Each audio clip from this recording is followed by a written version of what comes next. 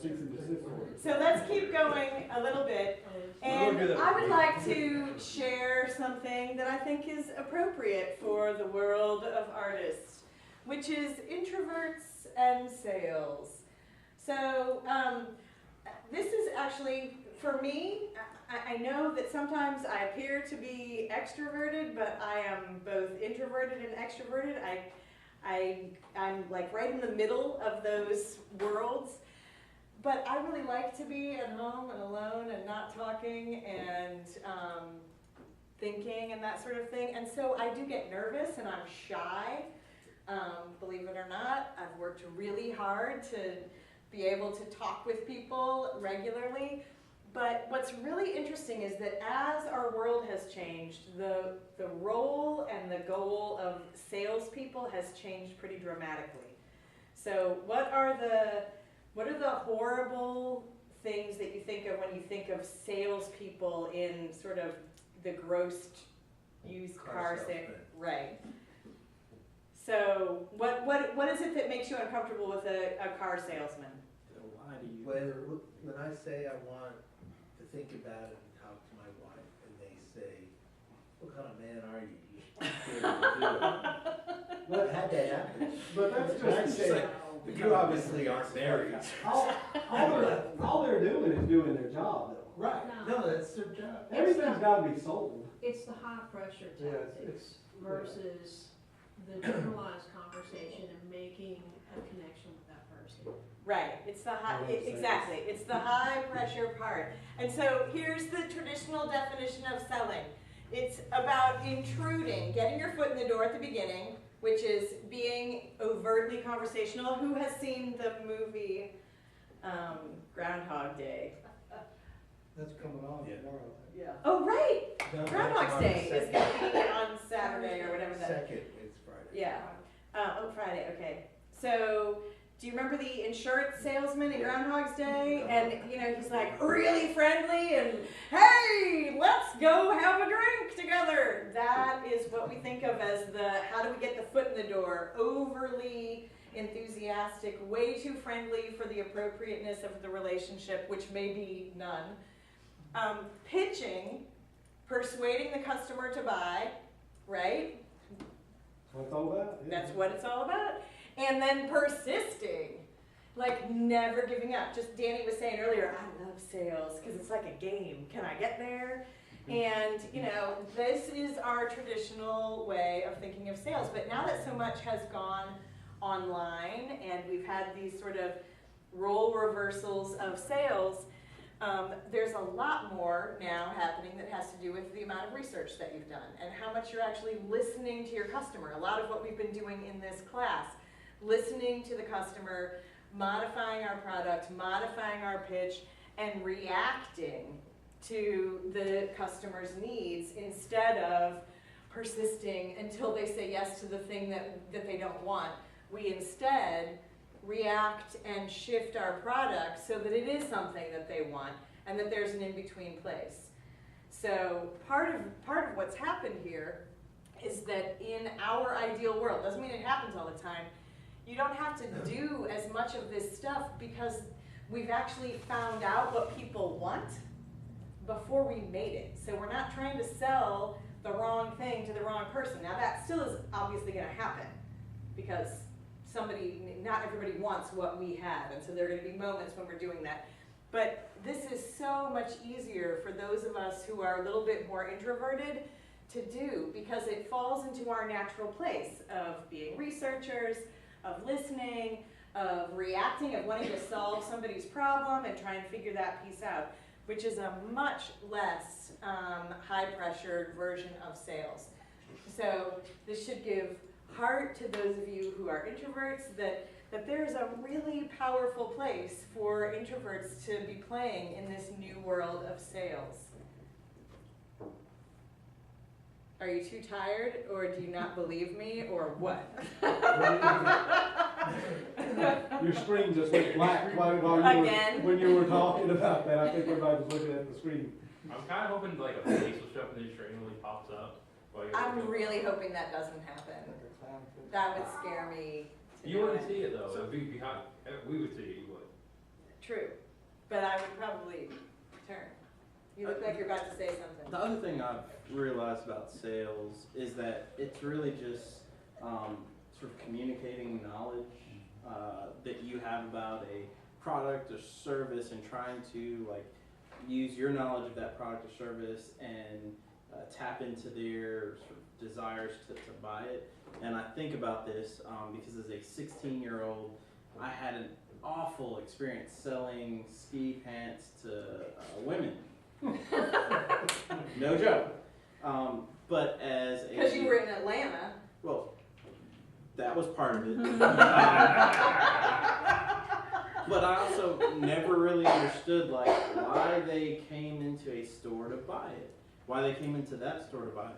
So as a 23-year-old recent college graduate who had a much better understanding of ladies, I was way better at selling ski pants to ladies because when I first started selling, it was all about the technical components of these pants. Like literally I would talk to them about how waterproof these pants are, and then I just realized that after a certain while, they didn't care about that. They cared about how it fit, how it looked, and whether it keep them dry. So like I took away half of my approach and just started talking about those three things, and commission started going up. Beth, there's this really old book that when I started teaching, I had a faculty member recommend that I read, only because they said, and I appreciate this, and I really do believe it, you know, when you're teaching, you are as much a salesperson as anything else. And I don't shy away from sales and that because sales is a conversation. There's a book by Frank Betker called How I Raised Myself from a Failure to Success at Selling. Has nothing to do with selling. Has everything to do with listening and having a conversation. Now, he always rounds it out with something about sales, but it's not about insurance sales, which is what he was. But what you said, when you listed those things up there about effective things, those things he was applying prior to the internet and everything else. I used to have all my students read it as seniors when they were leaving, though I'm sure some of them didn't and told me they did. You know, but I would recommend it to people here. It's an easy read book. Well, and thank you for the pitch to books, because I did bring some books that I think are really valuable. Dan Pink, To Sell is Human, and this is all interesting stuff about just what motivates us to buy things, and so therefore how we can sell them. So it's actually a fun read. The Ask, crafting the story is really what this book is all about. Then there's Spin Selling, which is the situation, problem, implication, and need payoff, which actually is really smart and is a good way of thinking about how to craft your message and your story. And I thought I brought one other one, but apparently I didn't.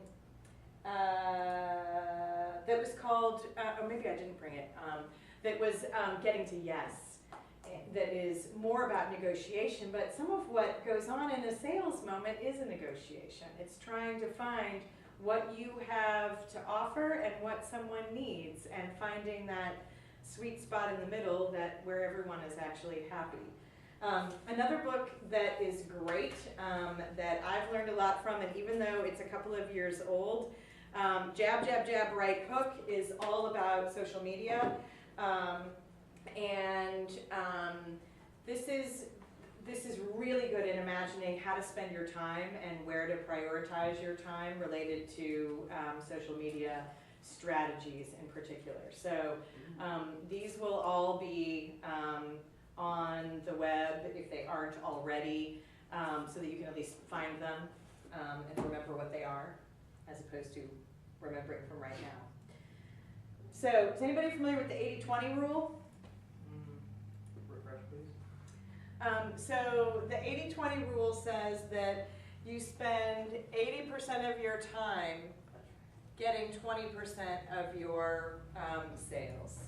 And how interesting it is that such a small number of folks are who you spend the most of your time to turn into a sale, and just thinking about how you prioritize your time.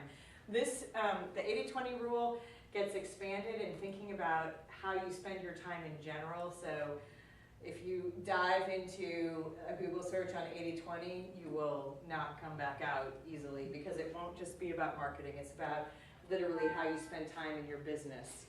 Uh-oh, I need to find another power source. Qualify your buyer. Do you know what that means? Wait, how do I turn this on?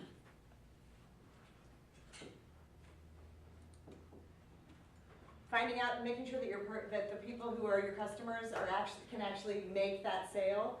Do they have the money? Remember that our original definition of what a customer was, and you know, realizing that actually having cash is part of that conversation. But figuring out how long you need to make that sale, for those of you who are in retail, as opposed to a fine art gallery where you're talking about making a $10,000 purchase of a major piece of work, it takes a much longer time to have that decision unfold. And so being prepared for all of that is all a part of what you need to be thinking about when you're thinking about what sales tactics you're using. So, But also qualifying your buyer can work against you. If you make the perception that they can't afford it, yes. then you're up. Well, you didn't qualify them then, you just had a preconceived notion. To qualify somebody, I mean, if you go to buy a car or something, they'll run a credit check on you. Right, but if they're in a retail store setting, buying, you know, $100 basket, Right. I can't ask, well, how much cash do you have in your accounts, so I can qualify you? So it's a little bit more unknown about what the appearance versus wallet is, because we've been deceived so many times that the people that come in looking like they're off the street actually have wads of money. And Yep. they're actually testing. Yep. Absolutely, absolutely. Usually the ones who have money, Yeah, Spending, look like they don't have money. right. spending time with them too. I remember when I was with Pier 1, I spent some time with somebody that didn't appear like they were anyone, and they bought $10 Right. ornaments. Right, because the ones who truly have money don't care the way they look, and the ones who don't have money like to put on a show. A lot of times. Apparently I don't. It's all right. I died. Did you go get it? No, because I apparently left my cord in the office. But it's okay, because we only have 4 slides to go, and I know what they say, and they're in your book. So we were going to talk about, if you look on page 21, scenario 1, online and retail. This is where most of us are, which is a much shorter sales experience. And the difference between those is obvious. But the other piece to be thinking about is the difference between relationships and the online experience. Those are 2 very different amounts of time and what kind of things you're going to share with those folks. So for you all, being really comfortable with the retail side right now and growing that website is actually the same boat that we're in at Crafts, because we have not explored our website in a deep way at all. So for us, Mona really is our key to sales and that retail one-on-one experience. So for Mona, just like she said, knowing after years of experience how not to pre-qualify folks and to prejudge is a really important, positive way to think about things. So what I am going to do, though, is give us a moment to take 5 minutes to each of you come up with an elevator pitch. Imagine that you are in a retail setting and you're going to sell your product. What is your 2-minute, 1-minute, it should be really short. Work on what is it that allows you to get from the moment of wondering if this person is interested in the bed that they're looking at.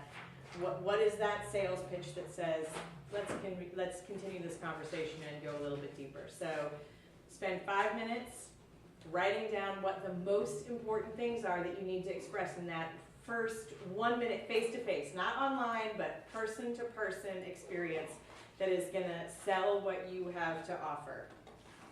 And don't forget to think about those, you know, the price, the product, features, all of those things that we've been talking about.